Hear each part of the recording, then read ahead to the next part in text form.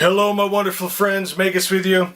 And I was just going through my books and I came across Still Pools. And I love this book. This is one of the originals. Might look different than the one you have. And this book means a lot to me. And so I was just kind of reading through it.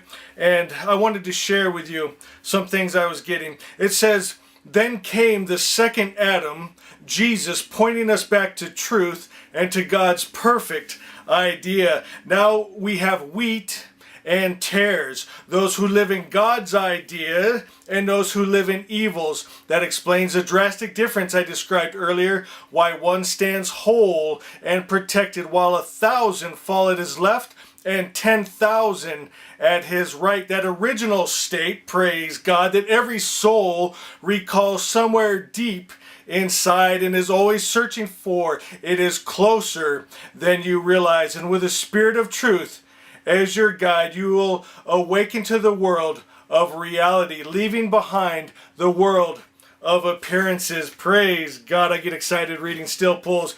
And then I wanted to just go deeper into that study. So I looked up Jesus' teaching in Matthew 13 on wheat and tares, and I want to share it with you. I know it'll be a blessing.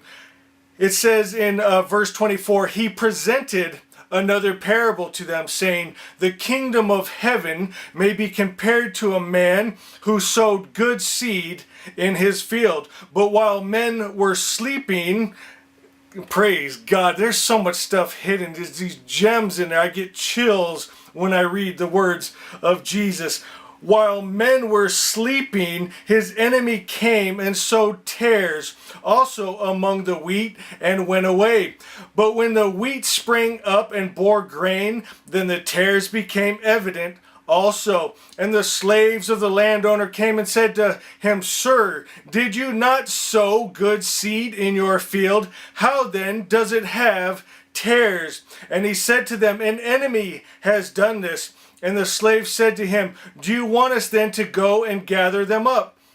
But he said, 'No, lest while you gather the tares up, you may root up the wheat with them. Allow both to grow together until the harvest. And in the time of the harvest I will say to the reapers, first gather up the tares, bind them in bundles to burn them up, but gather the wheat into my barn.' He presented another parable to them, saying, the kingdom of heaven is like a mustard seed, which a man took and sowed in his field. And this is the smaller than all other seeds. But when it is full grown, it is larger than the garden plants and becomes a tree, so that the birds of the air come and nest in its branches." He spoke another parable to them. "The kingdom of heaven is like leaven, which a woman took and hid in 3 pecks of meal until it was all leavened."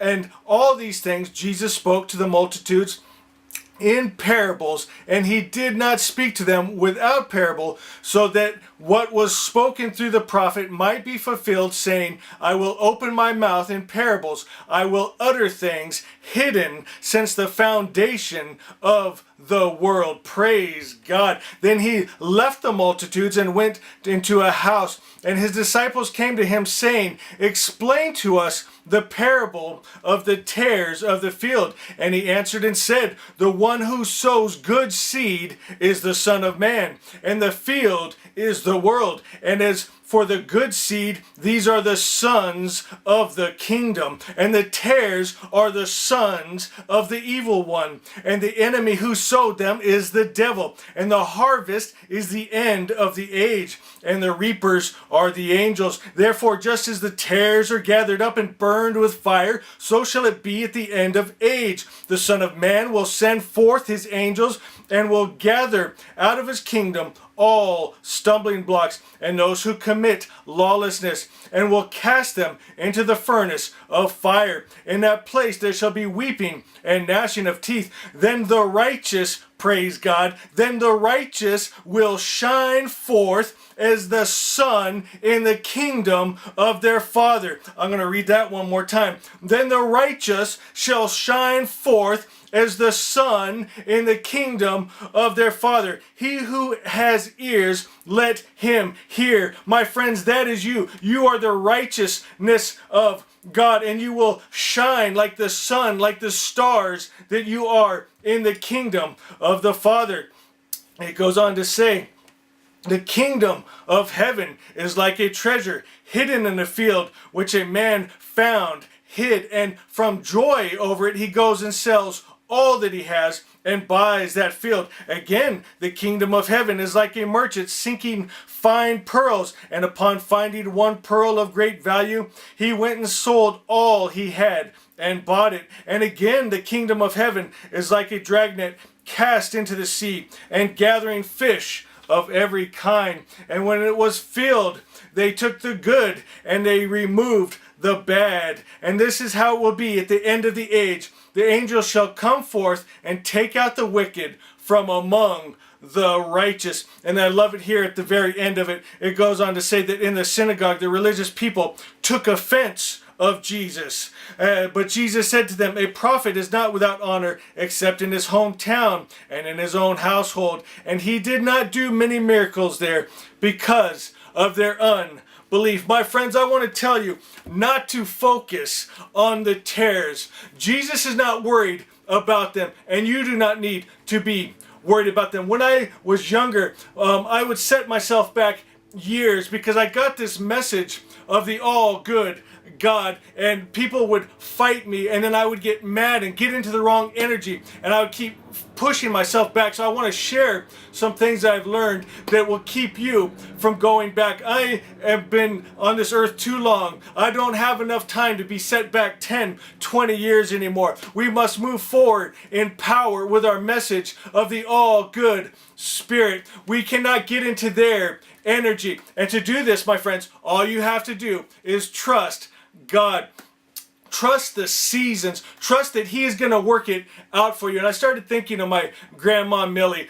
She was a gardener. Her husband was a farmer. And I remember they had a farmer's almanac, and they would look at the position of the moon and the different seasons before they would plant or harvest anything. And they did not worry about it. They trusted that it was going to work out. They did not try to go out and harvest their harvest before time. You do not need to worry. As we talked about before, worrying is praying for the worst outcome. We need to trust God and hold that high vibration of love, peace, joy, power, and freedom. And then just know you've got this. The tares, my friends, they love to pretend they are wheat. Just like in that story Jesus was telling, it's usually the religious folk, and you'll find that they're mostly those priests and preachers are just a mouthpiece of the state, of the matrix, of the dark system. And I remember when I was growing up, them coming and trying to